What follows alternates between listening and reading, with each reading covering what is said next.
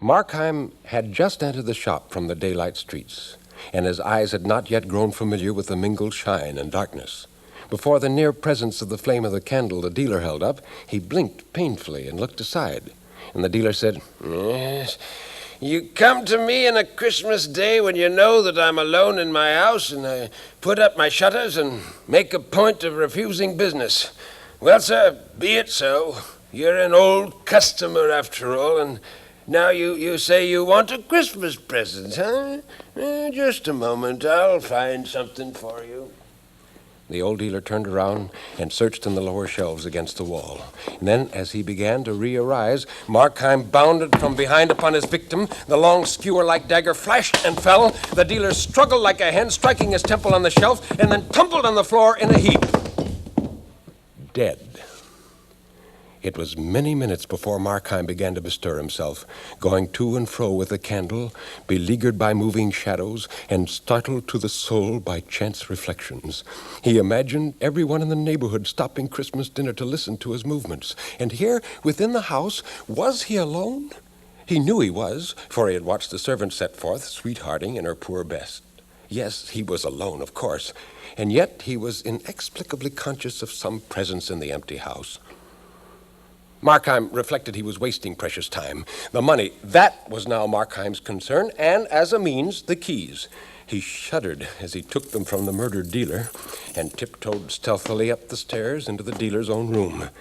The sense that he was not alone grew upon him to the verge of madness. Once in the room, he used the many keys to open the desks and cases. It was slow work, but he had to have the money that must be hidden there. Suddenly he was startled. A flash of ice, a flash of fire, a bursting gush of blood went over him, and then he stood transfixed. A step mounted the stairs slowly and steadily, and presently a hand was laid upon the knob, and the lock clicked, and the door opened. Fear held Markheim in a vice. When a face was thrust into the aperture, glanced around the room, looked at him, nodded and smiled as if in friendly recognition, and then withdrew again, and the door closed behind it, his fear broke loose from his control in a hoarse cry. At the sound, the visitant returned. "Did you call me?" And with that, he entered the room and closed the door behind him. Markheim stood and gazed at him with all his eyes. Perhaps there was a film upon his sight, but the outline of the newcomer seemed to change and waver like those of the idols in the wavering candlelight of the shop. And at times he thought he knew him, and at times he bore a likeness to himself. And always, like a lump of living terror, there lay in him the conviction that this thing was not of the earth and not of God. And yet the creature had a strange air of the commonplace as he stood looking at Markheim with a smile. And when he added, "You are looking for the money, I believe. I should warn you that the maid has left her sweetheart earlier than usual and will soon be here. If Mr. Markheim be found in this house, I need not describe to him the consequences." "But you know me?" "You have long been a favorite of mine, and I have long observed and often sought to help you." What are you? The devil?" "What I may be cannot affect the service I propose to render to you." "It can and it does. Be helped by you? No. You don't know me yet. Thank God you don't know me." "I know you. I know you to the soul." "Know me? No one really knows me. My life is but a travesty and a slander on myself. My excuse is known to me and God. But had I the time, I could disclose myself." "To me?" "To you before all. You propose to judge me by my acts. Think of it, my acts. I was born and I have lived in a land of giants. Giants have dragged me by the wrist since I was born out of my mother, the giants of circumstance. And you would judge me by my acts. But can you not look within? Can't you understand that evil is hateful to me? Can't you see within me the clear writing of conscience? Can't you read me for a thing that surely must be as common as humanity, the unwilling sinner?" All of this is very feelingly expressed, but it regards me not. These points of consistency are beyond my province. and I care not in the least by what compulsion you may have been dragged away, so as you are but carried in the right direction. But time flies. The servant delays, looking in the faces of the crowd, but still she keeps moving nearer. And remember, it is as if the gallows itself were striding toward you through the Christmas streets. Shall I help you? I, who know all? Shall I tell you where to find the money? For what price? I offer you the service for a Christmas gift. No, I will take nothing at your hands. It may not be credulous, but I will do nothing to commit myself to evil. I have no objections to a deathbed repentance. Because you disbelieve their efficacy. I do not say so. Murder is to me no special category. All sins are murder. Even all life is war. I behold your race like starving mariners in a raft, plucking crusts out of the hands of famine and feeding on each other's lives.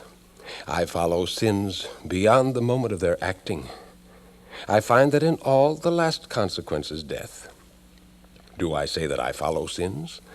I follow virtues also. They differ not by the thickness of a nail. They are both scythes for the reaping angel of death. Evil, for which I live, consists not in action but in character.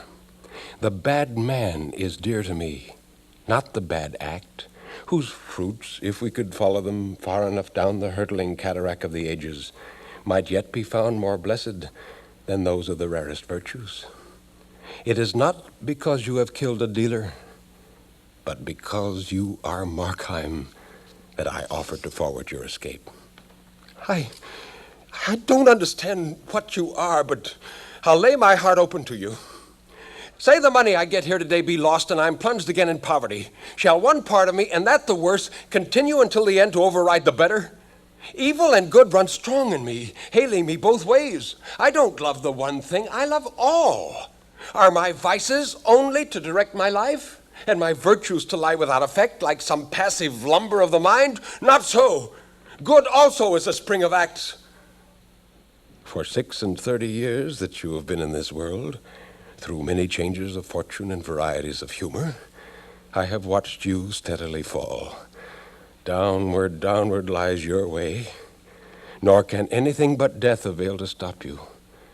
Content yourself with what you are, for you will never change, and the words of your part on this stage of life are irrevocably written down. At this moment, the sharp note of a doorbell rang through the house, and the visitant, as though this were some concerted signal for which he had been waiting, changed at once in his demeanor. He said, "The maid, she has returned as I forewarned you, and now you must get rid of her in the same manner you handled the dealer. Up, up, my friend. Your life hangs trembling in the scales. Up and act." If I be condemned to evil acts, there is still one door of freedom open. I can cease from action. If my life be an evil thing, I can lay it down. My love of good is damned to barrenness, but I still have my hatred of evil, and from that to your galling disappointment, you shall see that I can draw both energy and courage. With these words, the features of the visitor began to undergo a wonderful and lovely change. They brightened and softened with a tender triumph, and even as they brightened, faded and dislimned. But Markheim didn't pause to watch or understand the transformation. He opened the door, went downstairs, and confronted the maid on the threshold with something like a smile. He said, You'd better go for the police. I have killed your master."